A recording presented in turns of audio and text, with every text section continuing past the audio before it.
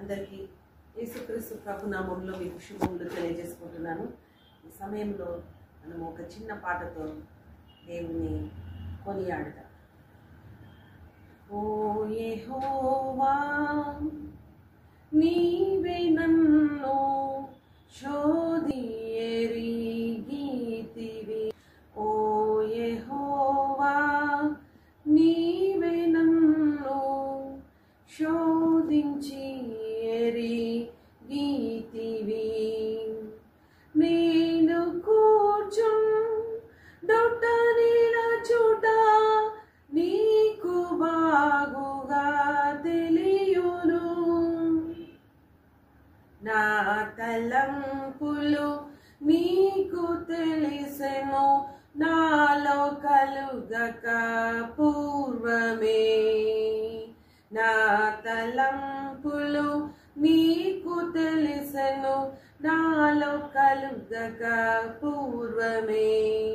ఓ యెహోవా, నాదు నడక నాదు పడక నీవే పరిశోధింతువు.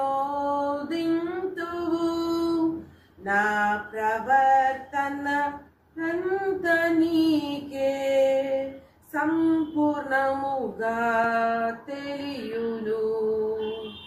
నా ప్రవర్తన అంత నీకే సంపూర్ణముగా తెలియును.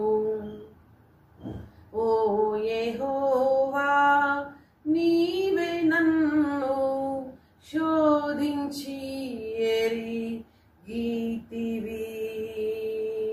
నీదు ఆత్మకు మరుగైలలో నెచ్చటికి నే వెళ్ళెదన్. ఎక్కడికి వెళ్ళినాను అక్కడున్నావు ప్రభు. ఓ యెహోవా, నీవే నన్ను శోధించి ఎరిగితివి. కీర్తనల గ్రంథం 139వ అధ్యాయము దావీదు రచించినటువంటి కీర్తనల గ్రంథము 139వ అధ్యాయం. యెహోవా, నీవు నన్ను పరిశోధించి తెలుసుకుని ఉన్నావు. నేను కూర్చుంటుట నేను లేచుట నీకు తెలియను. నాకు తలంపు పుట్టక మునిపే నీవు నా మనసును గ్రహించుచున్నావు. నా నడకను నా పడకను నీవు పరిశీలన చేసి ఉన్నావు. నా చర్యలనన్నిటిని నీవు బాగుగా తెలుసుకుని ఉన్నావు. యెహోవా మాట నా నాలుకకు రాక మునిపే అది నీకు పూర్తిగా తెలిసి ఉన్నది. వెనుకను ముందును నీవు నన్ను ఆవరించి ఉన్నావు. నీ చేయి నా మీద ఉంచి ఉన్నావు. ఇటు తెలివి నాకు మించినది. అది ఆ కొడుకులను నీవు అక్కడను ఉన్నావు. నేను వేకువరేఖలు కట్టుకుని సముద్ర దిగంతములలో నివసించినను, అక్కడను నీ చేయి నన్ను నడిపించును. నీ కుడి చేయి నన్ను పట్టుకులను, అంధకారం నన్ను మరుగు చేయను. నాకు కలుగు వెలుగు రాత్రి వలె ఉండును అని నేను అనుకున్న ఎడల చీకటే నేను నీకు చీకటి కాకపోను. రాత్రి పగటి వలె నీకు వెలుగు విధము చూడగా భయమును ఆశ్చర్యము నాకు పుట్టుచున్నవి. అందును బట్టి నేను నీకు కృతజ్ఞతాస్తుతులు చెల్లించుచున్నాను. నీ కార్యములు ఆశ్చర్యములు, ఆ సంగతి నాకు బాగుగా తెలిసి ఉన్నది. నేను రహస్యమందు పుట్టిన నాడు, భూమి యొక్క అగాధ స్థలములో విచిత్రముగా నిర్మింపబడిన నాడు నాకు కలిగిన ఎముకలను నీకు మరుగై ఉండలేదు. నేను పిండమునై ఉండగా నీ కనులు నన్ను చూచెను. నియమింపబడిన దినములలో ఒకటైన కాకమునిపే నా దినములన్నీ నీ గ్రంథములో లిఖితములాయను. దేవా, నీ తలంపులు నాకెంత ప్రియమైనవి. వాటి మొత్తం ఎంత గొప్పది. వాటిని లెక్కించదని అనుకుంటున్నా. నీ సుఖ కంటెను లెక్కకు ఎక్కువై ఉన్నవి. నేను మేల్కొంటిన ఇంకను నీ వద్దనే ఉండును. దేవా, నీవు భక్తిహీనులను నిశ్చయంగా సంహరించదవు.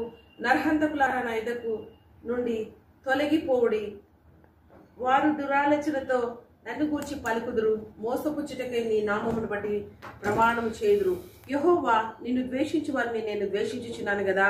నీ మీద లేచి వారిని నేను అసహించుకొనుచున్నాను గదా. వారి యందు నాకు పూర్ణ ద్వేషం కలదు. వారిని నాకు శత్రువులనుగా భావించుకొనుచున్నాను. దేవా, నన్ను పరిశోధించి నా హృదయమును తెలుసుకొనుము. నన్ను పరీక్షించి నా ఆలోచనలను తెలుసుకొనుము. నీ కాయసకరమైన మార్గము నా ఎందున్నదేమో చూడుము. నిత్య మార్గములను నన్ను నడిపించుము. సో దావీదు మహారాజు తన యొక్క యాత్రలో ఎక్కడున్నా నీవు నన్ను చూస్తున్నావు కాబట్టి దేవా, నేను ఎక్కడికి అగాధంలో వెళ్ళినా, ఆకాశంకి ఎక్కినా, ఎక్కడ చూసినా నీవు నన్ను పరీక్షిస్తుంటున్నావు కనుక నేను పవిత్రుడుగా ఉండులాగున నీవు నన్ను సిద్ధపరచు ప్రభు అని దావీదు మహారాజు తన యొక్క యాత్రా కీర్తనలో రాసుకుంటున్నాడు అనమాట. సో తన జీవిత ప్రయాణంలో ఆయన ప్రయాణం చేస్తున్నప్పుడు ఒక రాజుగా, చక్రవర్తిగా, ఇంతగానో దేవుని స్తుతించేవాడుగా దావీదు మహారాజు ఉన్నాడు. అలాగే మనం కూడా ఏ పని చేస్తున్నప్పటికీ దేవుడు మనల్ని చూస్తున్నాడు, ఆయన పరిశోధిస్తున్నాడు అన్న భయం కలిగి ముందుకు సాగాలని ఈ యొక్క కీర్తనల యొక్క ముఖ్య ఉద్దేశం. సో మనము ఈ కీర్తనలు బట్టి ప్రభు మనల్ని పరీక్షిస్తున్నాడు కాబట్టి జాగరూకులమై ముందుకు సాగుతూ ఆయన రాకడలో ఎత్తబడే గుంపులో మనం ఉండాలని దేవుడు మనల్ని ఆశిస్తుంటున్నాడు. సో మన చిన్న ప్రార్థనతో ఈ యొక్క సమయాన్ని ముగించుకుందాం. మా ప్రియగల పరలోక తండ్రి, యేసయ్యా, దయగల నాయన, కృపగల ప్రభువా, మీ పాద సన్నిధికి తీసుకొని వచ్చినందుకు వందనాలు.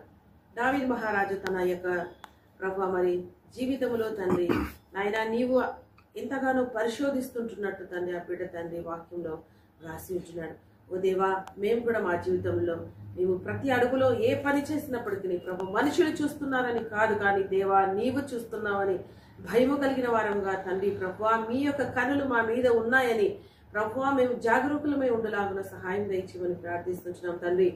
యేసయ్యా ప్రభువా మరి నాయన యెహోవా కనుదృష్టి యథార్థవంతులను బలపరచుటకు ఆయన కనుదృష్టి లోకమందంతటి సంచారం చేయుచున్నదని సెలవిచ్చిన తండ్రి, యథార్థంగా మేము ఉండులాగున ప్రభు మీ కనుదృష్టి మా మీద పడినప్పుడు తండ్రి మరి లెక్కలేనన్ని ఆశీర్వాదాలు చూడగలుగుతాం కనుక అటు ఆశ